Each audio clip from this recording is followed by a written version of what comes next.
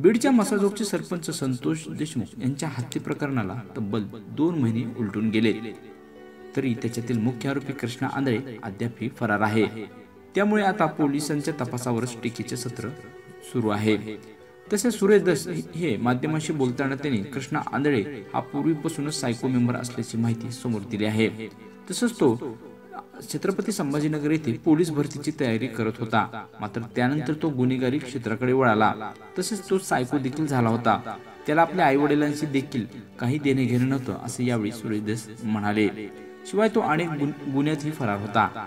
आता देखील तो राज्याबाहेर लपून बसला असेल।